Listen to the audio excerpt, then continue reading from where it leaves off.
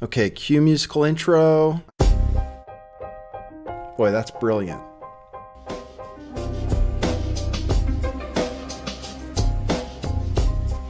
I do think some things in the world are real. Like you guys. You guys are real. Most of you. Most of my listeners, I think, are not just in my head. I think I have the metrics to prove it. You've taken a leap of faith today. What is that sound? And I apologize if you take offense. I'm a little offended myself. Welcome to our show. Welcome to the future. What it is, joining you live from sunny California. It's a beautiful day today. I'm your host, Nathan Stoltman.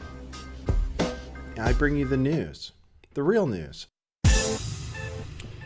What it is, and I bring you by far the most exciting guests. I have joining me Steve Outtrim. I said Outtrim. Outtrim, that's with 2 T's. A very, very interesting fellow who I found out listens to my damn show and likes it, which is always unbelievable to me. Probably just for Doshi, but we'll find out. He has tech background. I'm gonna let you define yourself, Steve. How does that sound? It sounds like you're comfortable talking about what you're up to, and give us the background. Go ahead and give us the short story about who you are, where you come from, and whatever else you think is relevant. Thanks for joining us. Take yourself off mute. Sorry I made you put yourself on there. No sound yet. He'll be live with us in 1 sec. The microphone down there, if you hover over the thing and then, huh?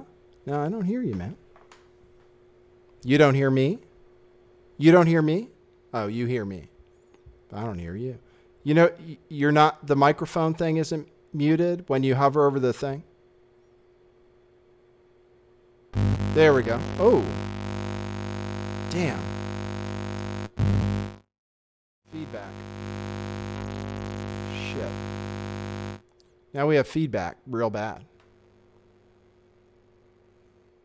There, now the feedback's gone. Huh. We were just talking like normal people. Here, you want to rejoin the call, Steve? Why don't you just hang up and rejoin?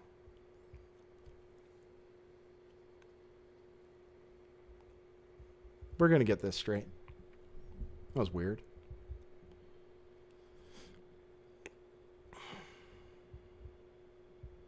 Weird. Creepy. There's some interesting stuff about this Burning Man.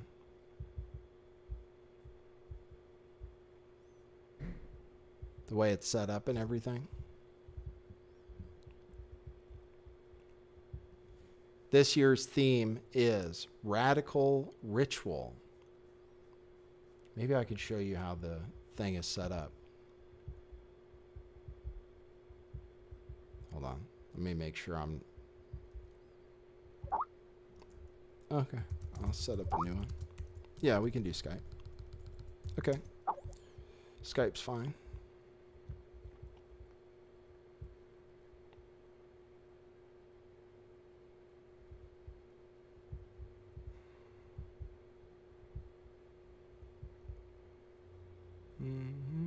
We're going to do Skype. My video's turned off. Muted. Hey, I can't hear you. I can't hear you, Steve. I can't hear you. Oh, no. There you go. Now I hear you. Great. Okay, great. Okay. All right, good. Let me see that we're seeing you. Let me try to give you at least a camera of me.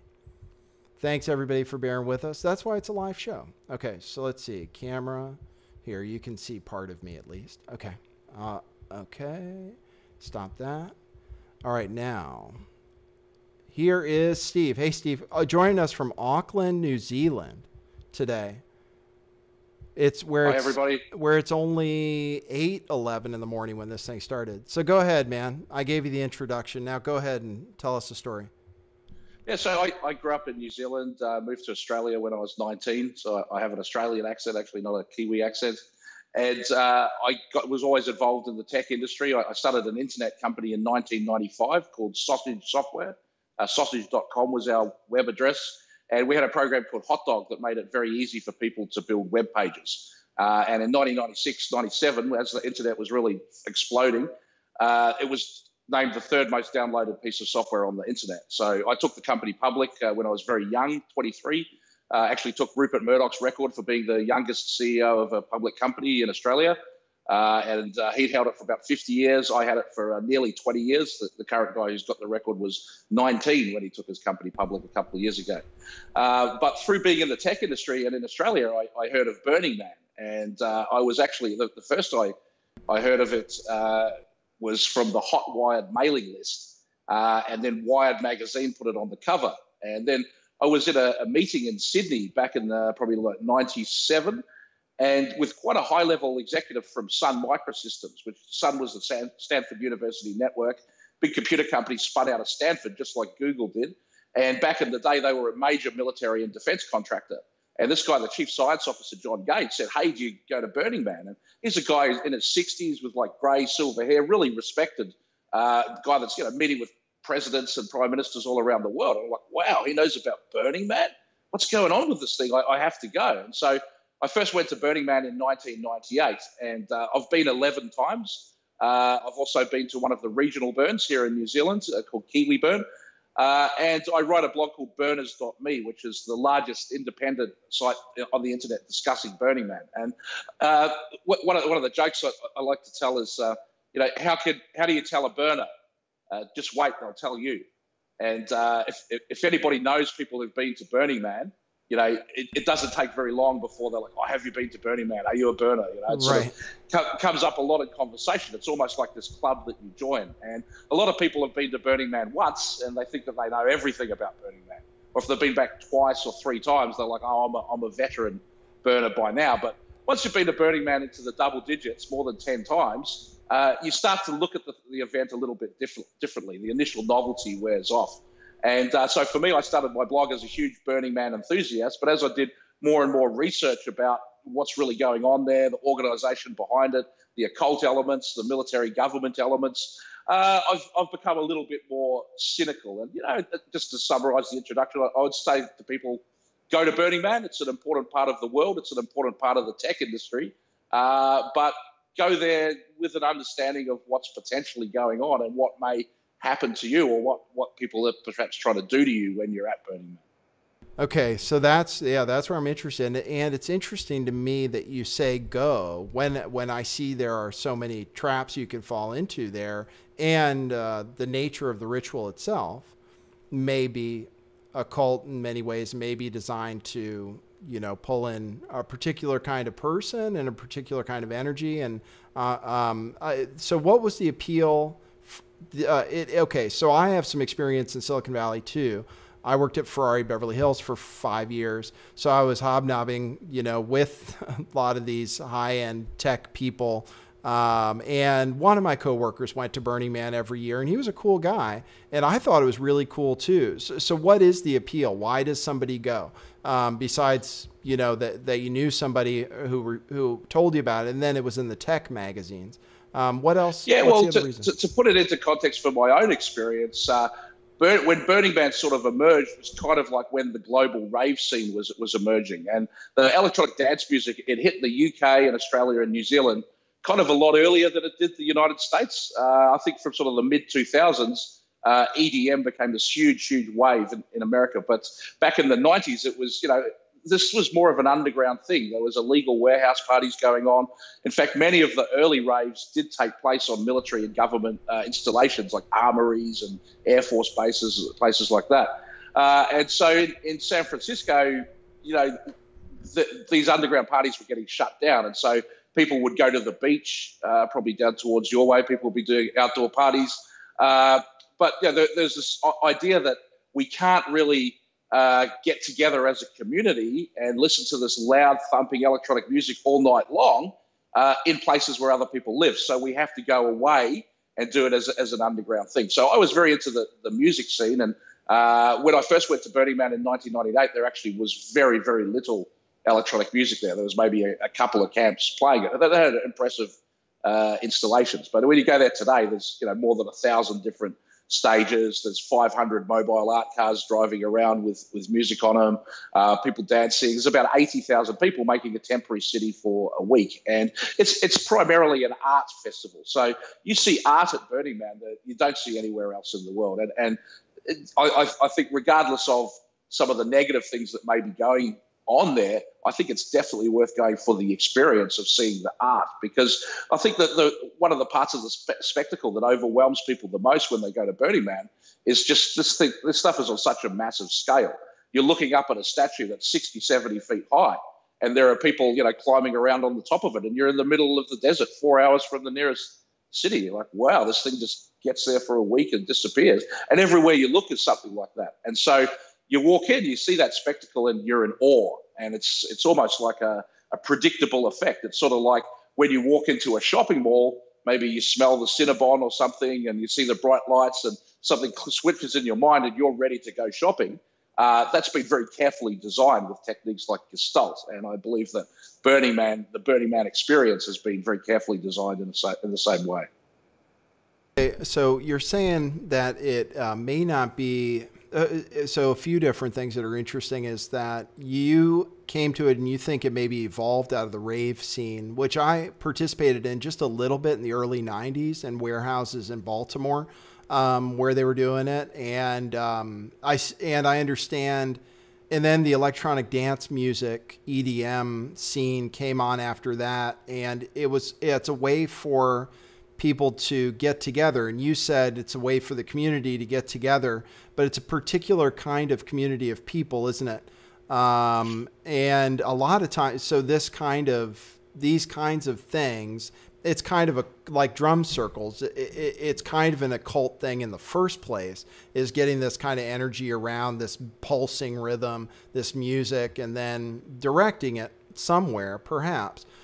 You're saying this stuff is deliberately organized to be that way. Do you think EDM also has some elements to it that are like that? Yeah, definitely. And one thing I've found very useful in my research is when you look at a timeline of these historical events, and you see that the rave scene, that was launched in 1986. Burning Man was launched in 1986. The World Wide Web, the internet, was launched in 1986.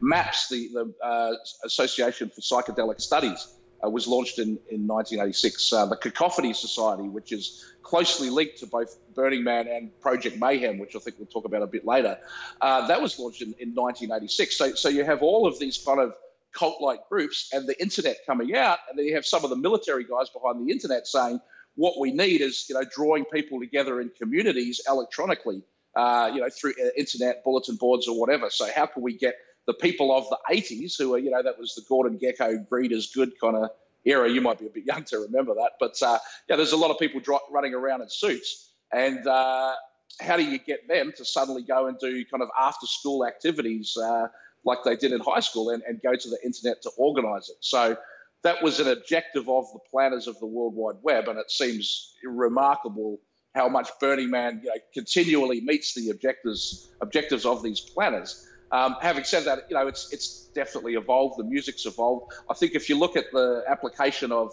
the electronic music and the rave scene in the UK, you can see quite clearly how it was used for social engineering, because they had a huge problem with football hooligans. The team supporters would go to the European continent, beat people up, quite violent thugs. And so they introduced ecstasy. And suddenly, not just was it like, oh, we're all going to hug each other to support our football team, but those violent thugs then became the bouncers at the nightclubs and quite often the dealers of the ecstasy. And so suddenly they started doing really well, buying fancy cars and property and contributing to the economy. They didn't need to go and be violent thugs anymore. They could go and be consumers and spenders. And so that has been replicated in many places around the world, and is in some ways, I guess, a positive consequence of the drug scene if it removes violence. But then you see the negative consequences down in Australia and New Zealand, we suffer from a real problem with crystal meth, and the side effects of that are very violent side effects, which the whole society kind of pays a price for. Right, right. Well, and that's interesting that you're saying it was introduced in order to solve a problem, and it actually did solve a problem. Ecstasy is an interesting drug. I took a lot of it for a little while in college. To me, it seems like eventually it starts eating away at your thoughts, like you can't think as well anymore. So that's why I stopped. But I've also used crystal meth too. I have ADHD, so it affects me differently, but that is available in real supply in the Bay Area. I mean, it seems like it must be allowed because it's good and it's cheap, you know? So whenever you see something like that, then you got to wonder who's letting it happen, you know? And that's definitely still happening in the Bay Area. And I saw it, you know, as it got cheaper and better and more plentiful too. So I can see that and that contributes to this whole this kind of free love thing and kind of all kinds of different love thing that's going on now, and is probably promoted a little bit at Burning Man too.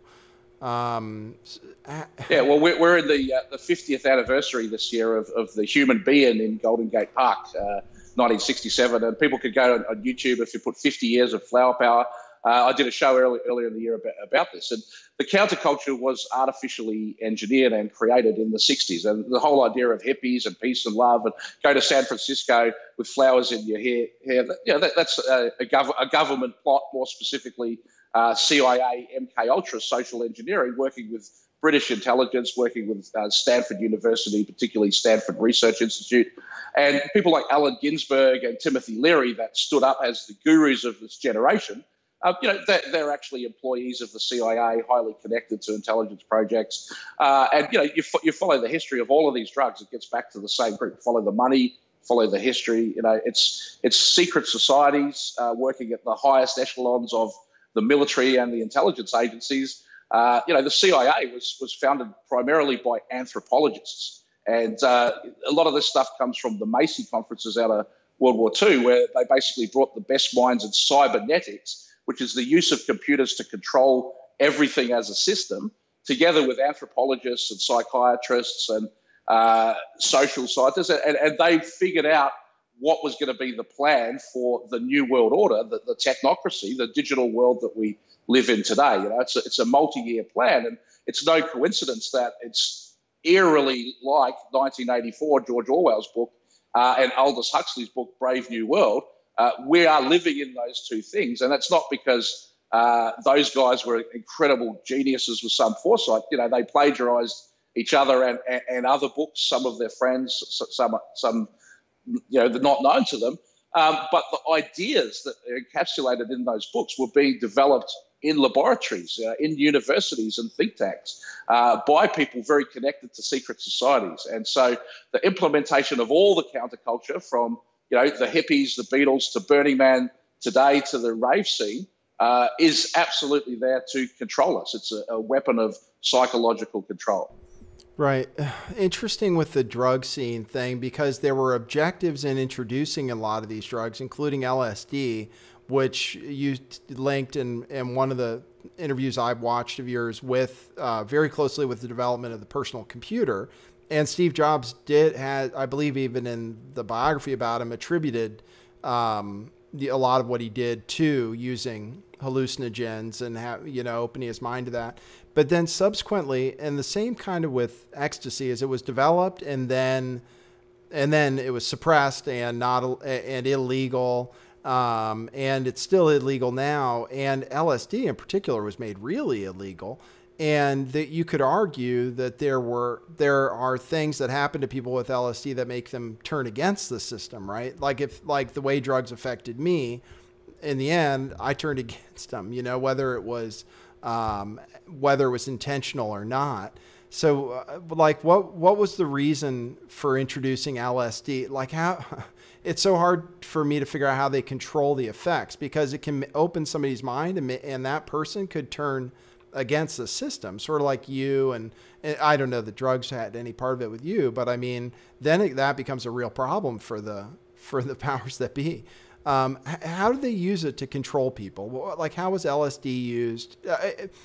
What did they do? Okay, maybe I'll introduce that as an idea that I have. They take the best and brightest, right? Find them, and that's who I assume that's who's invited to Burning Man. That's maybe a lot of the people who were in the rave scene, the party scene, and then which moved into the burner scene, and they try to put them on their path, right? And do the drugs help with that? Is that what the LSD helps with? Is opening them up to the experiences they're having? LSD was originally developed within the psychiatric profession as a way of mimicking schizophrenia and psychosis. So it literally makes you mad. And what it does is it really improves the suggestibility of the person who's taking it. And Jan Irvin's done fantastic work on this. He has a paper, Entheogens, What's in a Name, where he looks at how the name of this drug was changed. And it's guys like Marshall McLuhan and Madison Avenue working with Aldous Huxley, trying to come up with the best name to sell this new drug to the youth. And they decided that they didn't want to sell it as something that's going to make you mad. They want to sell it as something that's going to give you a religious experience. And when you look at really all of these drugs, you can't just look at the chemical. You have to look at the context that you're getting it in. Like you mentioned crystal meth. I watched Sons of Anarchy talking about Bay Area bikers and crystal meth. That's the context. I'm part of these tough bikers. Ecstasy, you're in the rave. It's peace, love, unity, respect. Glow sticks, all furry and fluffy. Each ayahuasca is an example. I'll come down. We're going to be with a shaman, and we're going to wave these things around and have a whole ceremony. And that's the radical ritual.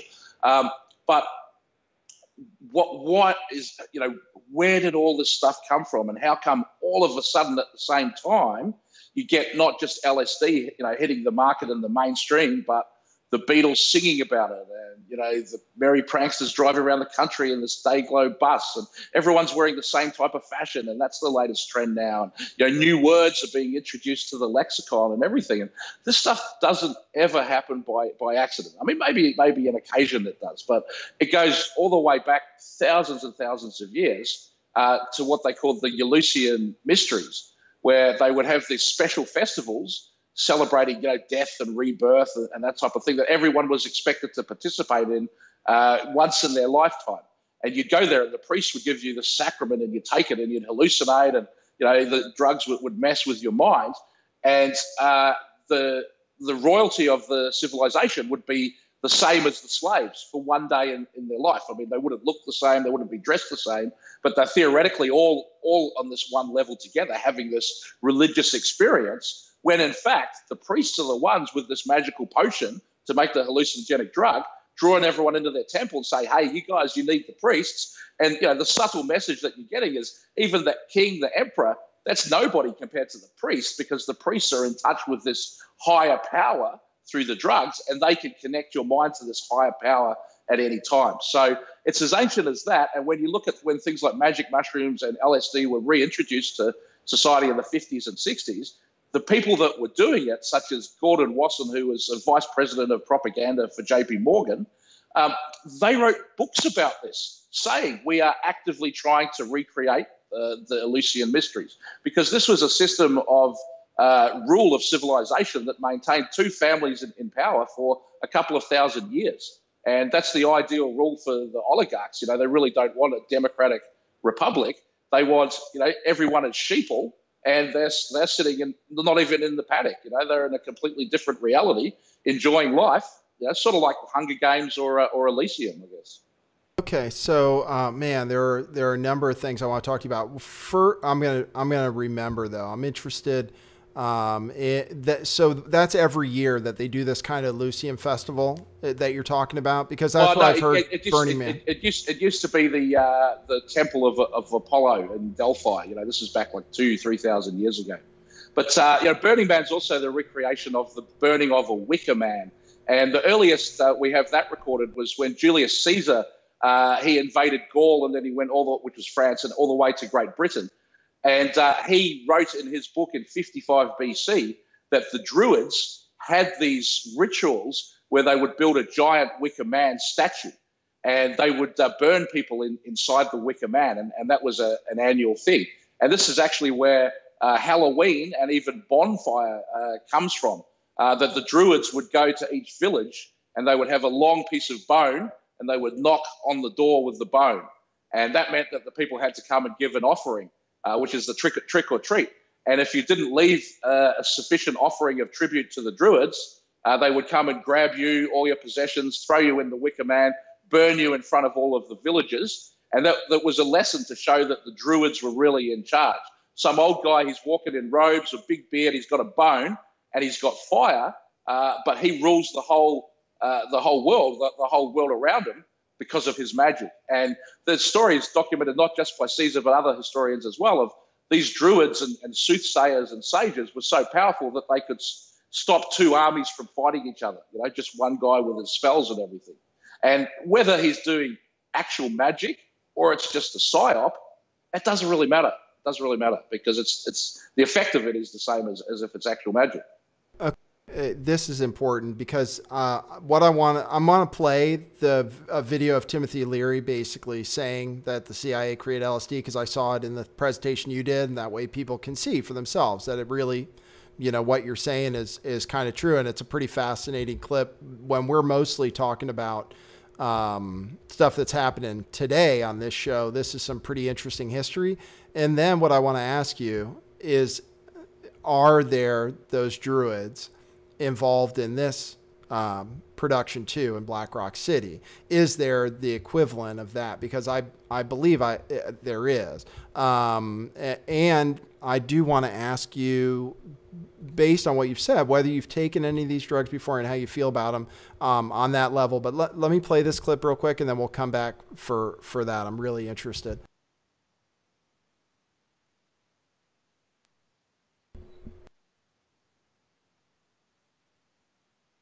Millions of dollars would be spent on LSD research at universities throughout the country. And word would begin to spread on campus about this so-called mind-blowing drug. And suddenly, there was the counterculture of the 60s. I give the CIA a total credit for sponsoring and initiating the entire consciousness movement, counterculture events of the 1960s. Dr. Timothy Leary, the 1960s Johnny Appleseed of LSD. The CIA funded and supported and encouraged hundreds of young psychiatrists to experiment with this drug. The fallout from that was that the young psychologists began taking it themselves, discovering that it was an intelligence-enhancing, consciousness-raising experience. I know that some of the studies in which the CIA had supported used as subjects people who later became strong proselytizers of LSD. So, in that sense, yes, I think it did sustain the perpetuation of the use of the drug.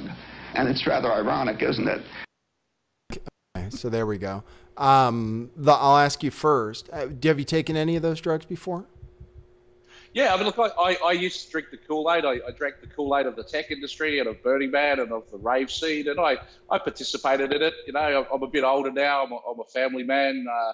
Smoke some cannabis once in a while. I think that's good for you. But when I was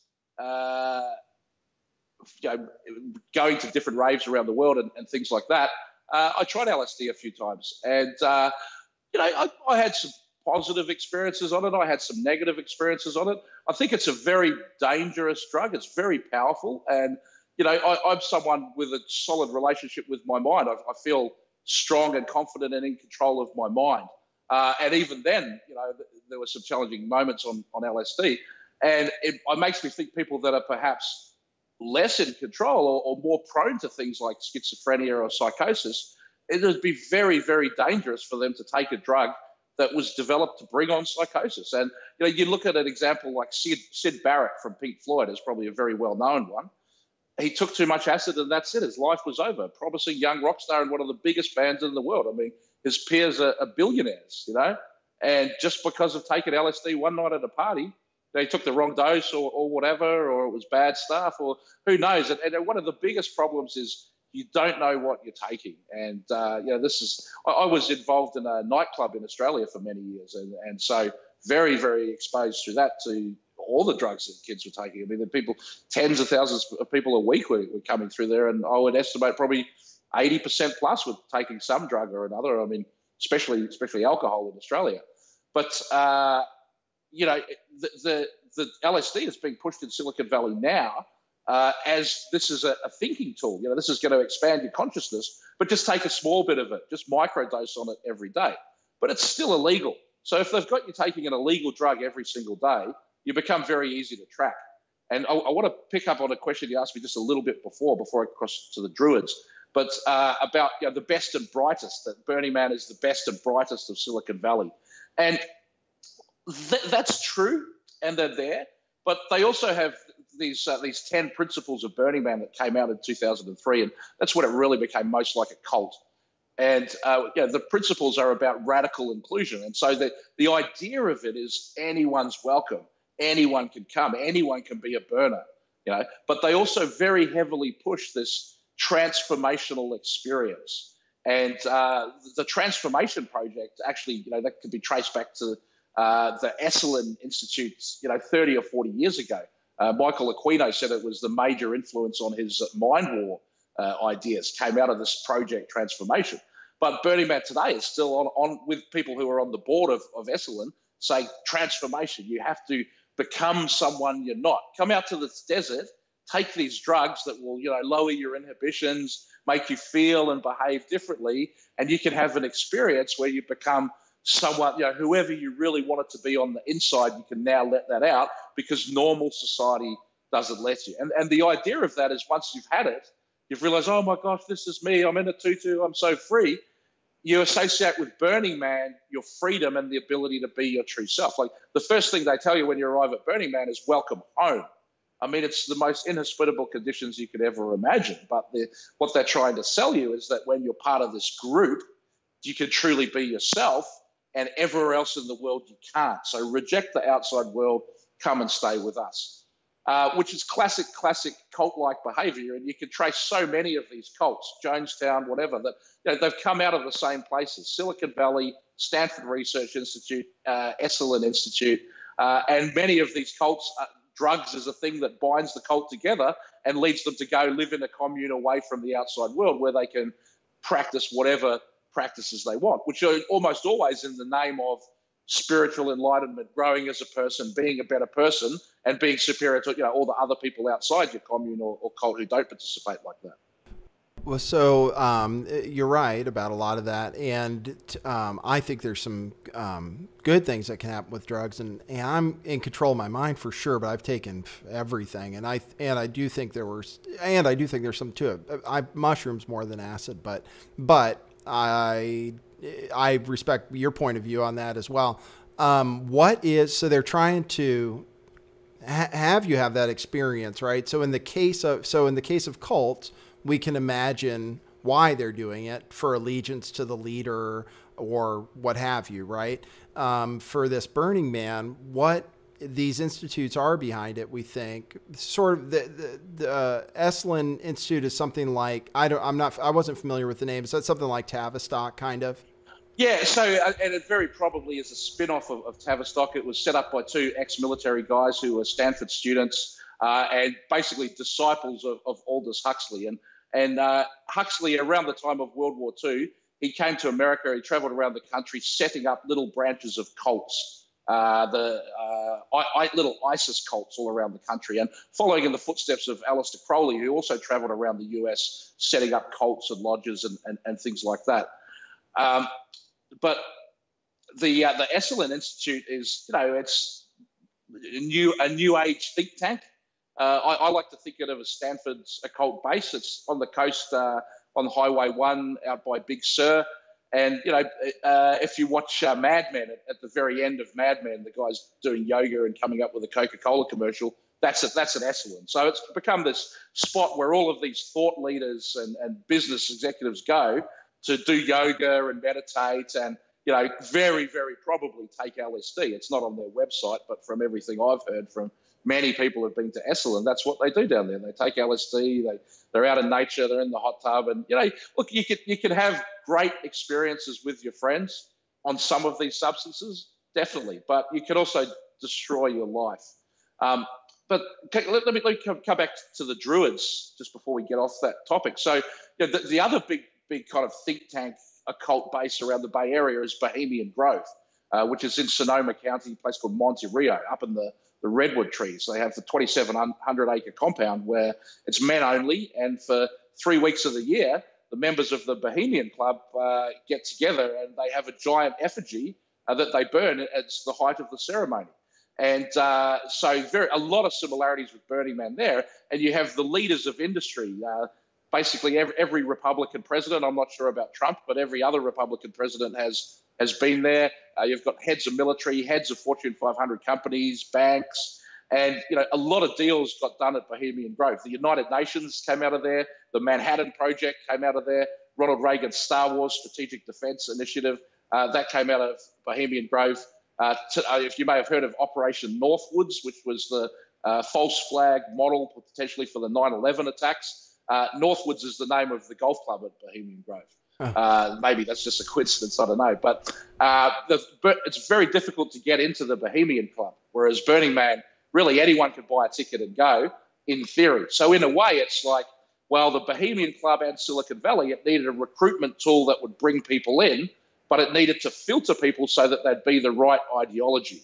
And you could be the smartest engineer in the world, but if you grew up in like a kind of redneck environment where you don't support gay marriage and you think that racism is acceptable, you can't work for any company in Silicon Valley. You'll be rejected. It's not the culture. So how do they save their time, make it more efficient, eliminate things? Burning Man is a way not just for recruiting and networking for Silicon Valley, but it's also a way for the social engineers to basically fine-tune, like an antenna or a machine, the culture they want and the behaviors that they see as desirable and acceptable. And it's no coincidence that there's almost no black people at Burning Man and there's almost no black people at Google. The percentages are pretty much identical in the racial composition of Google and Burning Man. And in fact, Google went to Burning Man and then formed Google. And they put the first Google Doodle was the Burning Man logo. They put it on their website to say, hey, we're at Burning Man. We're not going to be doing anything. And, I don't know, I could talk all day about Google and Burning Man. But my point is that Bohemian Grove is Druids, right? And it's ancient Druidic ceremonies that have happened throughout Germany and other places of Europe and around the world for thousands of years, with secret societies attached to these Druids infiltrating the networks of the kings and queens and doing occult rituals. And, the Bay Area has Bohemian Grove, the Bay Area has Burning Man, and they're kind of the same thing going on. How does that happen? Well, it's the Druids behind the scenes that are creating both events. Okay, that's what I was wondering. Yeah, because there's a whole occult ritual, surveying the scene, putting in a gold spike, involving gold. And there are people who do that who are kind of royalty at this Burning Man event for the people in the know. And that is genuinely an occult ritual. And I was showing the picture of how it sets up as a couple pentagrams, basically, and you have the ritual circle in the middle. It's all very, very carefully thought out for occult reasons. What I want to ask, I guess what I've been trying to get at, why...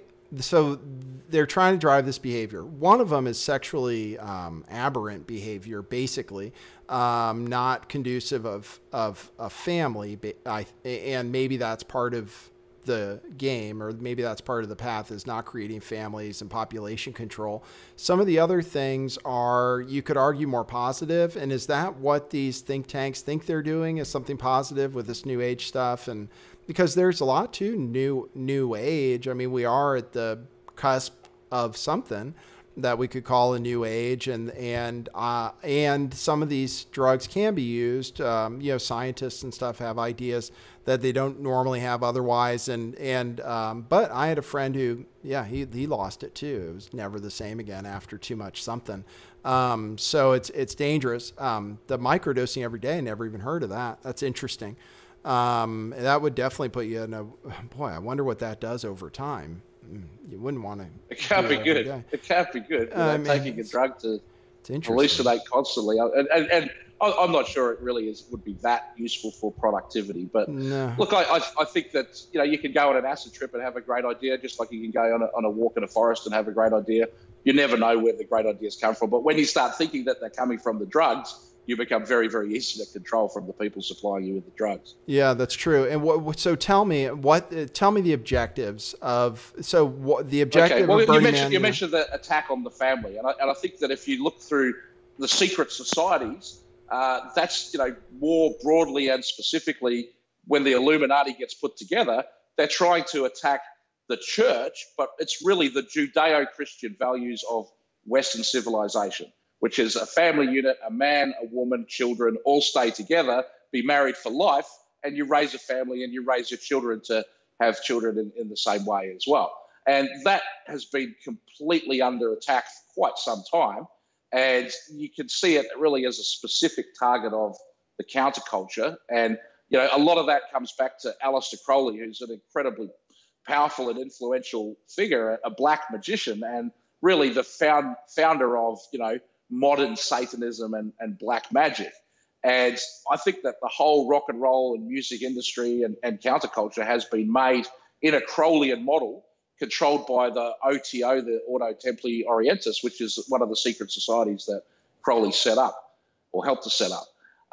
And so their objective, and this is the push behind Satanism, it's not so much the Luciferianism that, we have this one evil god, Baphomet, and we're going to raise him to be the great god.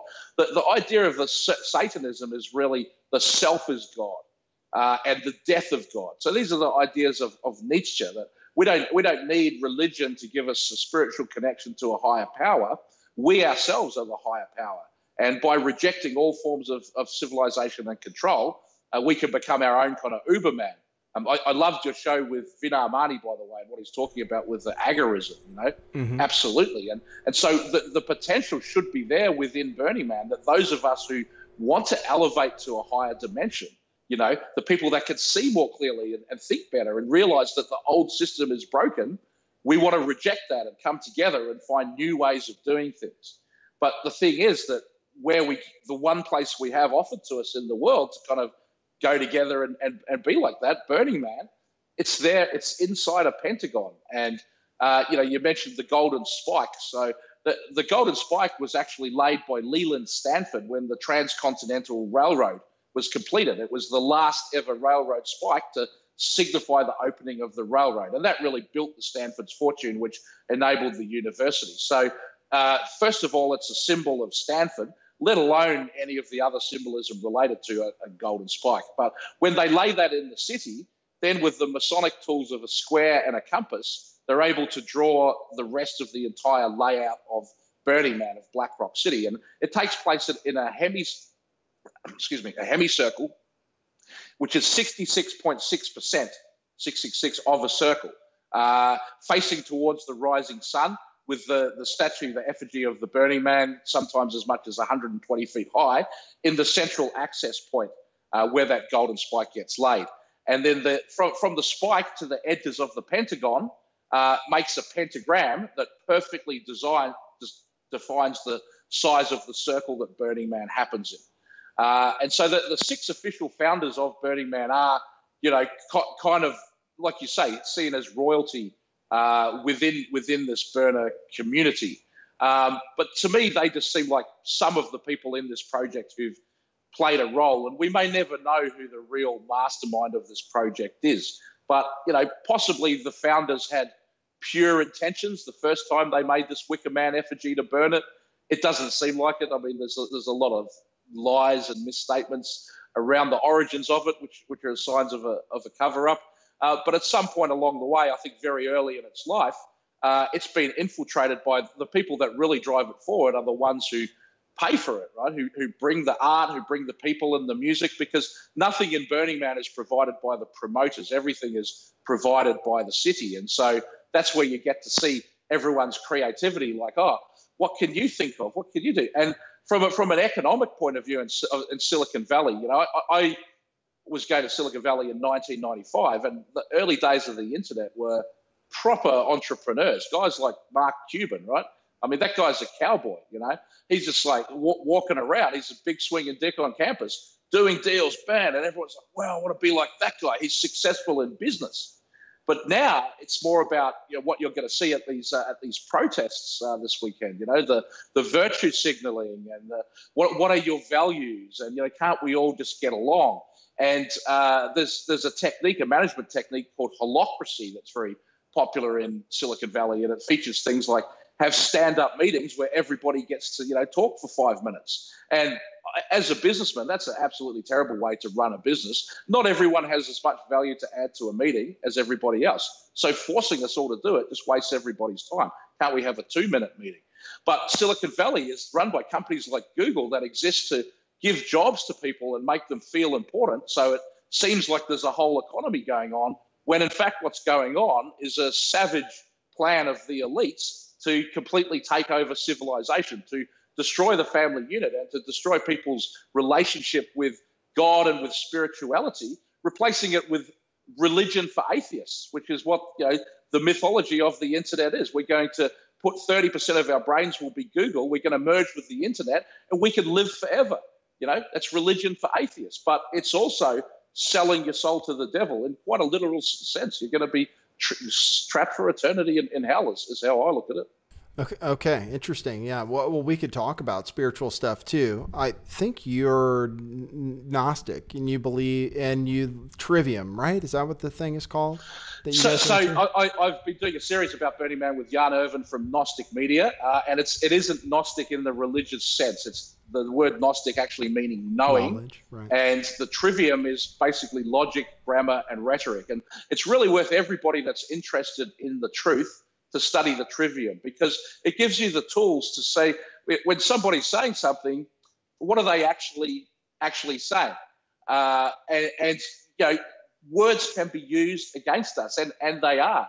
And if you're not aware of that, you become very easily led. Like, for example, the recent protests that have been going on in Charlottesville. I mean, it's, to me, quite obvious that George Soros or, you know, someone like that is fomenting civil unrest and trying to have an Arab Spring, Purple Revolution, whatever it is, financing these, you know, buses of protesters on both sides, Craigslist ads coming in. And it's actually not about the real political issues they're debating. It's like, here's some Nazis, here's some Trump supporters.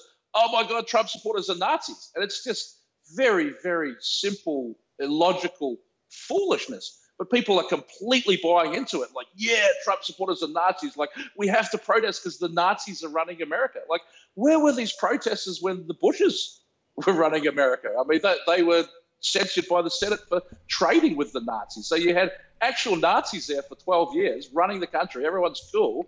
Now, all of a sudden, this guy is anti-establishment. It's like, oh, he's Nazi. And I think with the protests, I'll be interested to get your take on it from Chrissy Field and Berkeley. But, you know, this was part of the evolution of the hippies in the 60s as well, that there were two tribes going on. Basically, on the Berkeley side, over where Oakland is in the Bay Area, you know, you had the New Left and you had the Black Panthers and these quite violent militant groups marching in the streets, you know, ready to cause riots and looting and all kinds of unrest, burn the cities down. And over on the Stanford side, you had sort of Stuart Brand spearheading this group of utopians thinking, no, computers are going to save us. Humans are going to get extra powers from computers, and we're going to create this world of abundance, you know, this utopia through technology. Just come and follow our path. And so the original human being was this gathering of these two tribes together, and to give them all LSD and see if they could come to some kind of mutual understanding, which would be easier ways for the government to lead them in different directions. Okay, so these two groups are getting together, and Antifa is kind of the group you could think of as the militant side that comes in trying to burn stuff down, and they do all show up at once. I've been to the Berkeley protest twice already, and I saw one that got violent, and I don't know what's going on, but they definitely are trying to create this false dichotomy, you know, this false choice between free speech, which comes along with white nationalism, and tolerance, which comes along with all these other things. And the event in Berkeley is Say No to Marxists, or Say No to Marxism. And I think to myself, God, it's just like saying no to the KKK. I mean, they basically don't exist. Everybody disagrees with them. But what is the point? Okay. So these guys come together. So we have these conflicts now, and everybody comes together around some cause. And you're saying it's basically like an occult atheism, or it's all around this kind of Crowley, do what thou wilt but there is a rise of occultism lately, and maybe we could talk about, like, Project Mayhem uses occultism. All of the OTO is mentioned as being maybe tied in with, like, the game 23, I think, or one of those puzzles. And those puzzles too, I don't know if you can educate me on those. It's sort of off topic. But what about this rise in occultism? Because I'm basically myself, I've looked into stuff and reading about Project Mayhem and realizing how they're using occult or hidden knowledge. I look into Hermeticism, which is very, very in line with my own spiritual growth and everything. And there is still a strong idea of God in that, a higher power. But then you get into things like alchemy, where it gets a little blurrier, and you get into that man as a god. But either way, all of these things have power. They have been hidden. It is what the secret societies have used, and they work. The magic is real, and there's nothing wrong with it necessarily, as long as you practice it in a way that includes, kind of faith in God. It seems like. What about the rise of occultism? What do you think about that? Yeah, well, look, I think that I agree with a lot of what you just said. There's good magic and there's black magic, and there is definitely power in occultism. That's why it is popular, and that's why organizations like the Freemasons can become so powerful. Not just the organization itself, but there is esoteric knowledge. There's hidden knowledge that members are getting, a training that isn't available to ordinary civilization. But the great thing is, if you go out there, you can look for this stuff, you can learn about it, you can teach yourself, and you don't have to be summoning demons in a pentagram and sticking pens into voodoo dolls, But the word occult, it just means secret or hidden. And the hiding of knowledge has been a system of population control for a long time. These druids became like the soothsayer, whispering in the chief's ear. Queen Elizabeth had a guy called John Dee, who was the high wizard of the time, back in about the 1500s Britain, and he set up the first intelligence networks for the British Empire through the continent. And so this is the key point about the lines between secret societies and the occult and the intelligence community are very, very blurry lines. And basically the intelligence community is the occult. And when you look at how many of the senior figures involved in the OSS and the foundation of the CIA were parts of, Knights Templar, Knights of Malta, Freemasons, Bohemian Club, Century Club, Council on Foreign Relations, there is a common thread of occultism within the secret societies and within the intelligence community. So when you're participating in organized occultism, I'm pretty sure wherever that is in the world, you're going to find the intelligence community somewhere very, very close, and possibly all around you. So part of it is, how do those guys recruit? They have to draw people into deeper and deeper levels of secrets and away from the pack a little bit. And then part of it is, how do they observe and control? And, at Burning Man, you're being watched with more scrutiny than probably any other rave or dance music event in the world. I mean, it's the largest event that takes place on federal land, so it's on government land. And there's, through my research, I've shown all kinds of different types of imagery that they take. Like, there are many, many satellites flying overhead taking imagery of Burning Man that are able to detect every single substance, including what brand of cigarette you're smoking. People are out there. It's very dark, and you're hours away from the nearest city, and you've just got all this glowy lights around you. It would not occur to you for 1 second that you're on camera, but actually there's a ton of cameras at Burning Man, and even at night, cameras are filming people. Don't think for a moment they're not. And Burning Man has this big census, and they brought it out this year in conjunction with the Oxford University project. and really, really asking incredibly detailed questions to profile people. Like, not only, what gender are you, choose from 50 or 70 different recognized genders now, but, what other genders did you think you might want to be once? And what is it that stopped you from experimenting with being one of those genders? And it's like, why, I don't know why people answer this crap, but that, the people who go to Burning Man to even buy a ticket, you have to go to their website now and you have to create a burner profile and answer a bunch of questions, including how many times you've been to Burning Man before, and tell them all kinds of details about yourself. You're encouraged to write a 1,000-word essay about yourself. So here's this government-sponsored organization building unbelievable databases on people, and, while all kinds of DARPA project experiments are happening around you. Yeah. Well, and these are people who want to change the world too. That's the other thing. And so you get their ideas, you get their information, and then you get them to participate in this thing where where you get to direct them on a path that you want them directed down, which tends to be this weird techno future Aldous Huxley kind of thing. Yeah. You said you might, go ahead. Well, I just wanted to pick up on something that I learned from you about the egregores, right? And what a fantastic place to create egregores of all kinds, and then send them back out into Silicon Valley, and you're still, you're in touch with all the people connected and plugging into it and feeding it, and you only need a few people at the ends of it encouraging the others to participate to give the egregore energy. And Burning Man itself is an egregore, but there are all kinds of other egregores, inside it, interacting with it and being launched from it. And from the network of burners, but also every burner that comes has their own network. So it's a meeting place for networks of networks. And these memes and these egregores, that's their environment where they live and where they replicate, is within networks. Interesting. Yeah, the egregore, for everybody who doesn't know, this is a thought form which develops in communities of humans and is independent. It acts independently and controls the group of people, and the thoughts of the group of people control the egregore. It's a symbiotic kind of relationship, but there's some independent. And anyway, it's something that, if you look into stuff like Hermeticism, you could probably see how that could happen when we are all the creation of a mind in the first place, and our minds also create this reality we live in, and they can create other entities. You could call them gods, minor gods. And Project Mayhem is a mutant egregore project, they say. And you said you have some information that they're tied in directly with what's going on at Burning Man too. Tell me about it.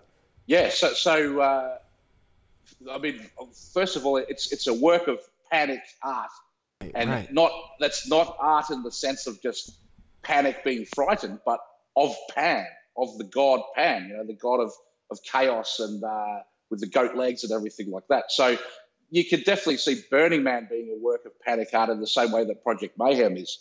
But the movie Fight Club by Chuck, or the book Fight Club by Chuck Palahniuk, that's where the modern sense of Project Mayhem comes from, because that was the club that Tyler Durden was participating in, the Fight Club.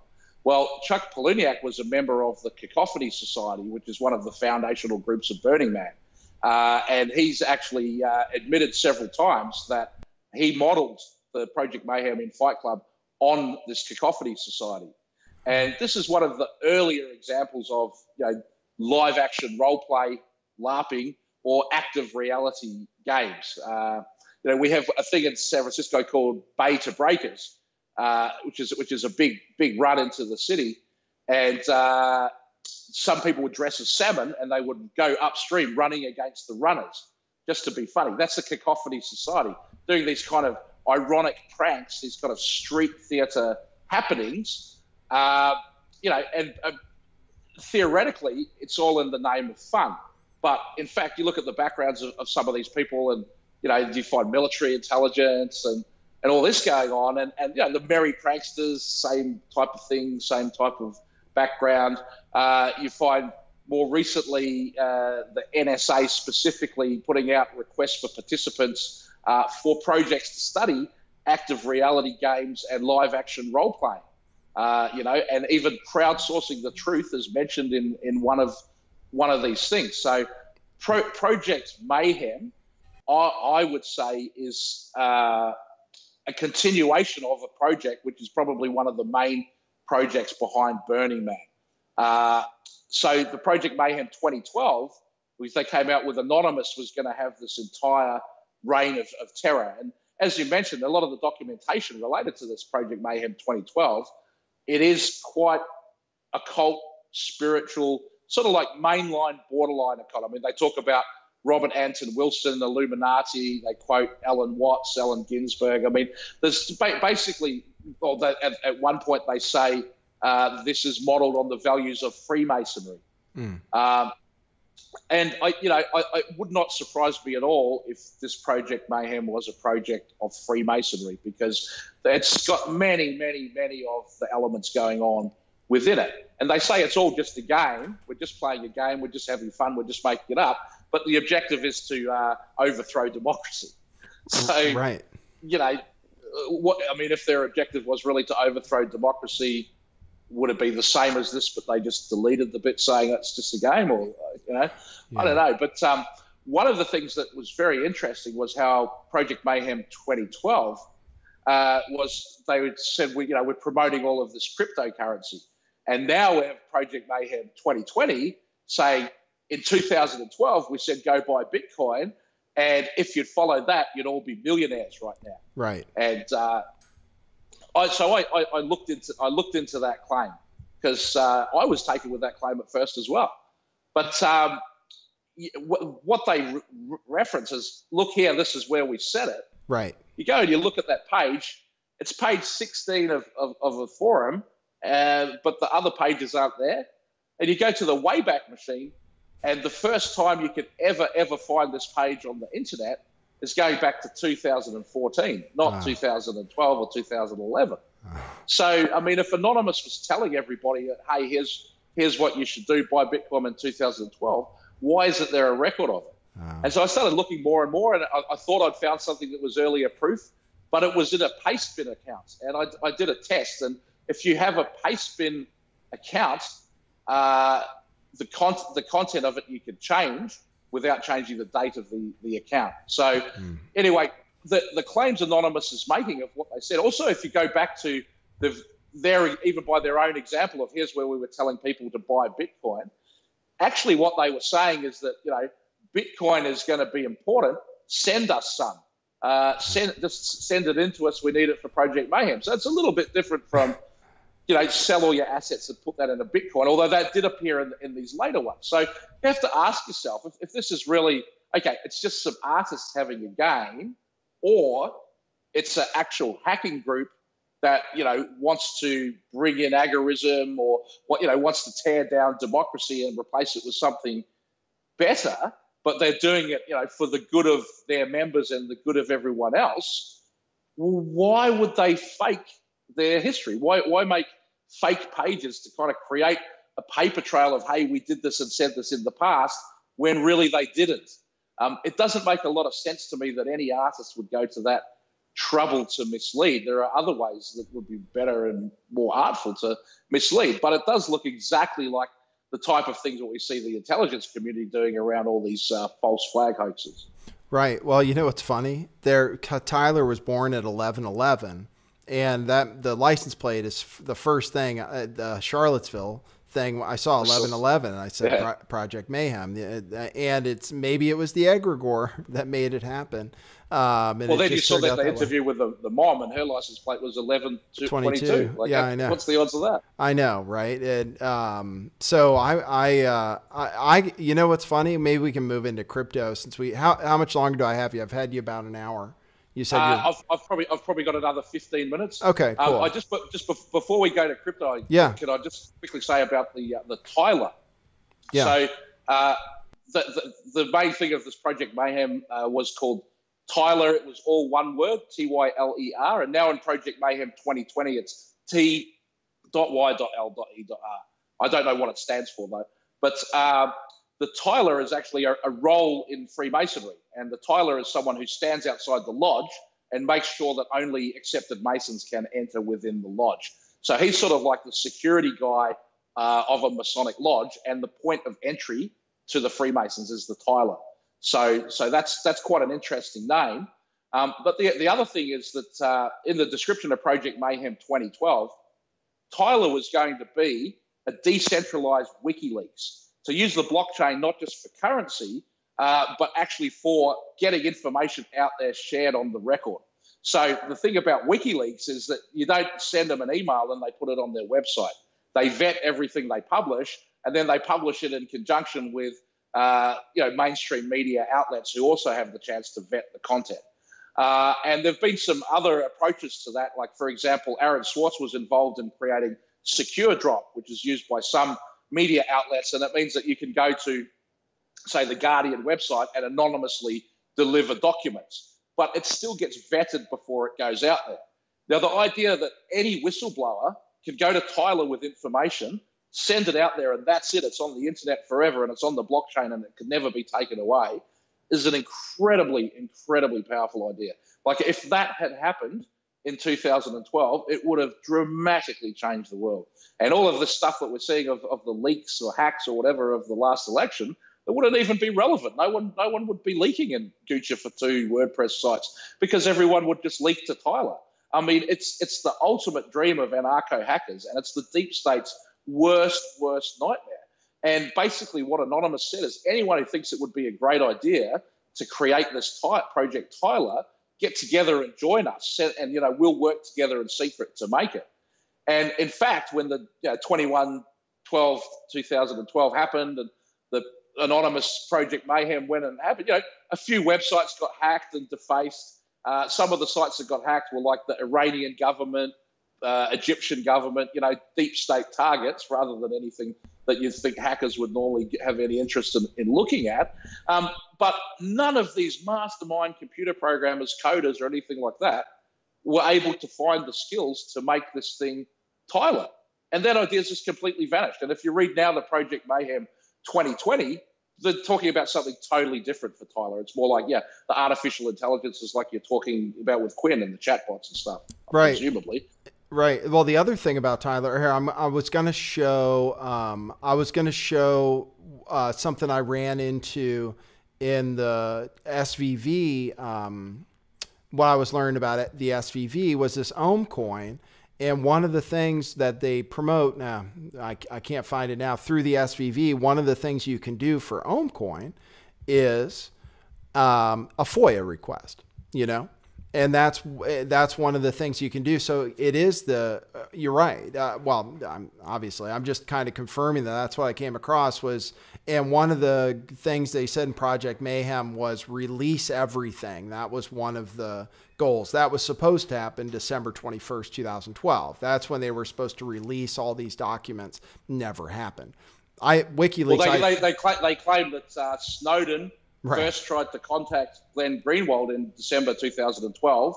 This is in the Project Mayhem 2020 document. They're claiming that as proof that the release did occur. But in fact, they didn't make contact because Greenwald couldn't decrypt the PGP key. So Snowden's leaks all happened in 2013, around June 2013. It's got nothing whatsoever to do with Anonymous or Project Mayhem. And what other leaks were there? And even Snowden's leaks, was basically stuff that was generally known within the tech community. There wasn't really anything too revelatory from Snowden's leaks. So he may very well have been a limited hangout. Yeah, they say, well, and that's what we're hearing nowadays. I played something on my show where these guys said that Snowden and WikiLeaks are basically NSA, CIA, and that they have been Mossad. Or WikiLeaks never seems to leak anything about Israel. Right, exactly. And none of the pedophilia stuff, human trafficking stuff, and they're very pro-Trump. That's a real psyop. I feel like Bannon and Mercer were running everything. But it's funny, that Bitcoin thing. Yeah, I never followed their link. I never followed their link to see if they were really telling the truth. I thought it was interesting. It is, though, what got me interested in cryptocurrency, because I saw this institutional support, basically, that I wouldn't have known about. And these secret societies and stuff, with them being behind it, that gave me more confidence that there were some powers that be that were committed to the survival of this thing called cryptocurrency, and maybe it really wasn't going away, and it was going to become something dominant, kind of because of what I was reading about. You now are in cryptocurrency, so you think we should talk about that now? Yeah, sure. So I think to the point that you've just made about mainstream acceptance of it, The Economist magazine is owned by the Rothschilds. The editor is Lynn Forrester de Rothschild. And the cover of the Economist annual issue is always full of occult clues, that potentially predict future events. And the 1998 cover was basically a phoenix rising from a pile of the world's currencies burning, with a big golden coin in its mouth.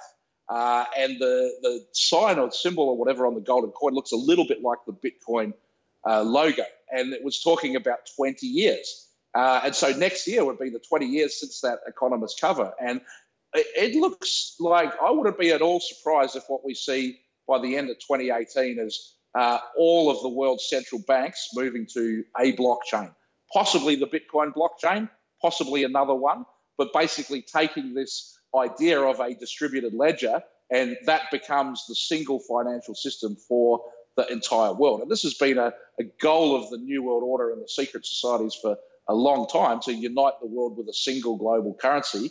And it seems like, Bitcoin and the other altcoins are pushing us in this direction. But, I think at the same time as there's one, it's like a paradox, there's actually going to be many. So there's already more than 1,500 different cryptocurrencies. And I'd say by the end of the year, there'll be maybe 5,000. And I think within 3 or 4 years, there could be 1 million different currencies. And it's not about picking what's going to be the one that takes over and wins. And, I'm going to get lucky because I picked the one winner. I think it's, a good strategy is just every month, take a bit of money, a couple of $100, put it aside, and just look at what do I want to buy this month? What looks good? And generally buy and hold, but maybe sometimes something's had a bit of a run up. You want to sell that and you want to buy, some of the newer currencies. It's such a volatile market that if you're actively trading it, potentially you could make money as a trader. It's more difficult to do that than it is with stocks. But if you're not too concerned with watching it every day, if you could just try to accumulate it, I think you could do very, very well. And then the other point about cryptocurrency is that so far what we think of with mining is that you get a computer with all these graphics cards and it sits in the corner using electricity, and that's how you produce cryptocurrency. But this point was actually made by Titus Frost on a recent show, that creating content is mining. And you get yourself on a platform like DTube, for example, or Steemit, where if people like what you're doing, they upvote it and they pay you in cryptocurrency. Every video you make that's a new content item that will sit out there on the internet, on the blockchain forever, generating cryptocurrency for you. So the more videos you make, the more content you make, the more you can participate. And I really like, Nathan, how you encourage your audience to get a show, get online, start broadcasting.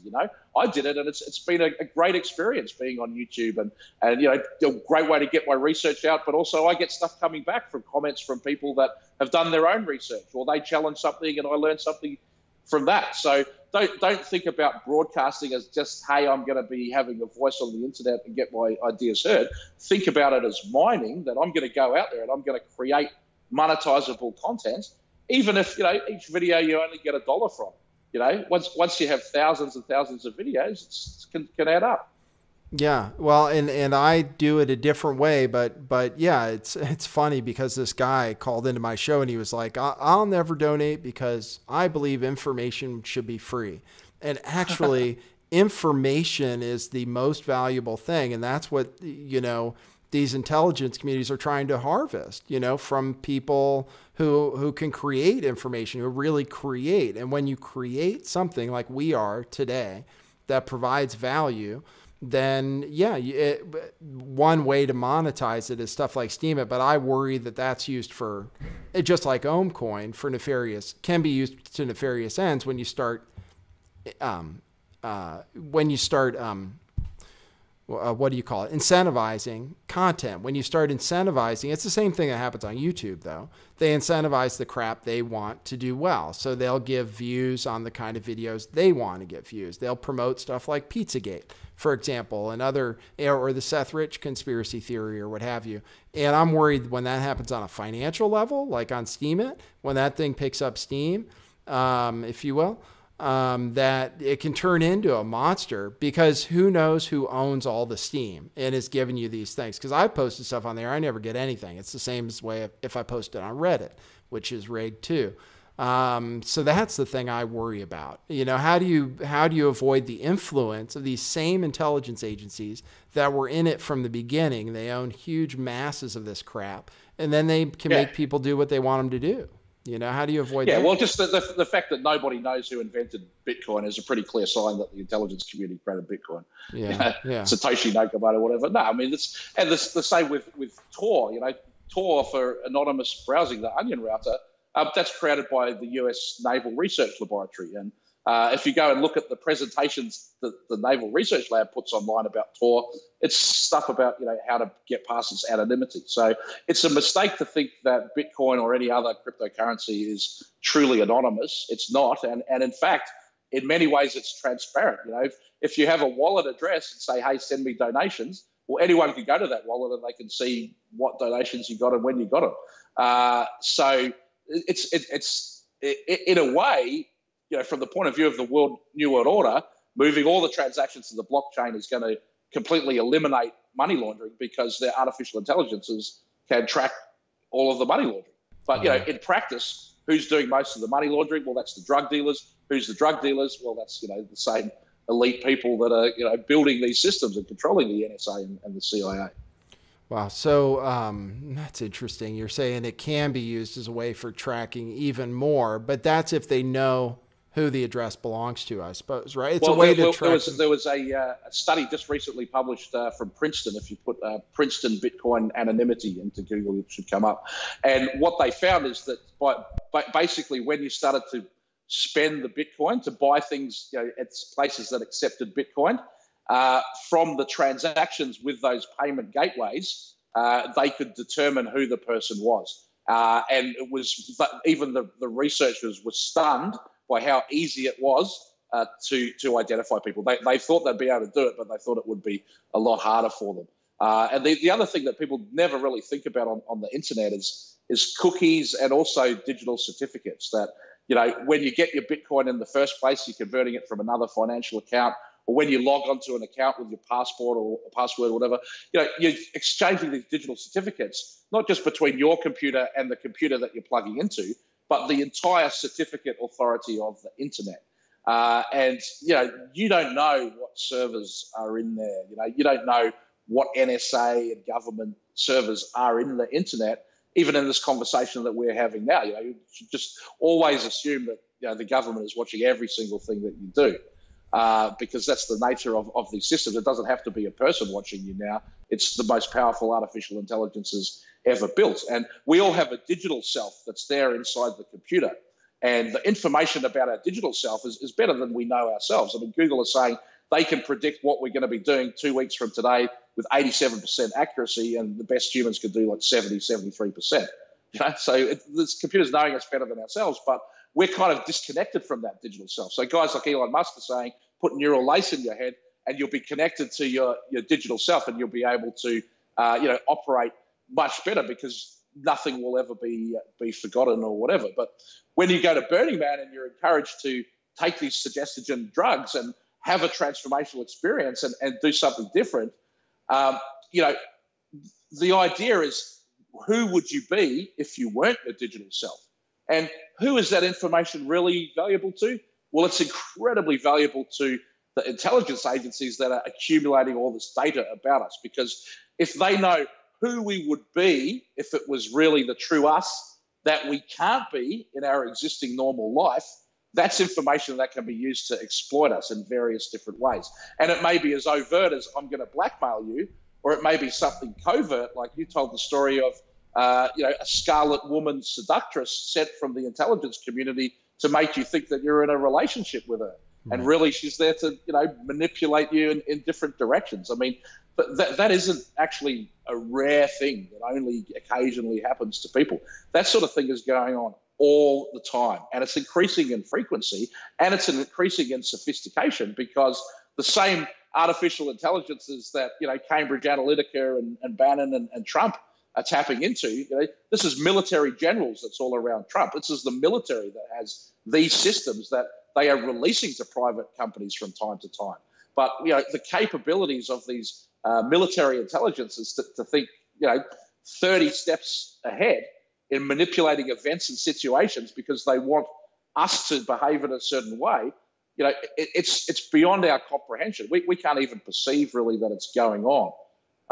So I don't know. Also, ultimately, I think the only answer is a spiritual answer. And if you are connected to the universe, connected to infinite love, dedicated to vibrating at a higher dimension, let's go for this agorism. Let's leave all this negative satanic crap behind. That's the old planet. We live on a new planet, and okay, the blockchain might be a tool of the new world order, but we could still use it for freedom and liberation, and to find new ways of income and new lifestyles. And it's not just about money either. There are all kinds of new applications of ways of voting and making decisions that can be done with this emerging decentralized computing. That's great. That was all great. And yeah, as far as the thing that happened to me, they have me mapped out. They know what my different triggers are. So it was a lot easier than one might imagine, meeting someone online who all of a sudden I was like, man, this is my soulmate, because all the, said everything I wanted to hear basically. And it's pretty, and I assume that's done, data analysis and all that crap. They have you mapped out. They have me mapped out. They have all of us mapped out. And not only what we think, but how we think, right? How we take a new piece of information in, and then that becomes truth for us. And so because of that, and because they can control the news feed, the Twitter feed, whatever, they can, very, very subtly influence the information that's coming into us, with a predictable response that's going to come from us to that. Yeah, I think I'm losing you. Nathan, I've got to go. Yeah, all right, man. It's been amazing talking to you. Thanks for the opportunity. Thanks for coming. Good luck with it all, man. Thanks, man. I really appreciate you coming on. It was great. Cheers. All right, see ya. See, I do great stuff on this show. Great stuff happens. Okay, it's 2:30. I need to get on the road, so I'm not going to take calls. I might try a live stream from the road just to see if it works. I hope that was really educational for everybody. He's great. He's a cool guy. And how did it happen? He's a fan of the show. Pretty amazing guy. I wanted to ask him. He's into some kind of crypto, ICO, initial coin offering, philanthropic thing, which I wanted to ask him about. But he's awesome. He joined me all the way from Auckland, New Zealand today. Sweating over there. It's hot. Thanks, everybody. Please visit paypal.me/lifttheveil to support things like this interview, this trip I'm going on, the thing I did about GCMAF, which I paid my doctor to talk to about. These are all things that we come out of pocket for to bring you information. The most valuable thing on this planet, information, the thing they want to get from your brain into their computers, so they can figure out how you think, you who want to change the world. So we're doing that here on this channel. Big time. We're changing the world. Doshi, changing the world. Let's see. Is my volume up high enough? I hope my volume. Oh, no. That was probably good. Okay, cool. I'm gonna get on the road. And then probably I'll see you tomorrow around noon.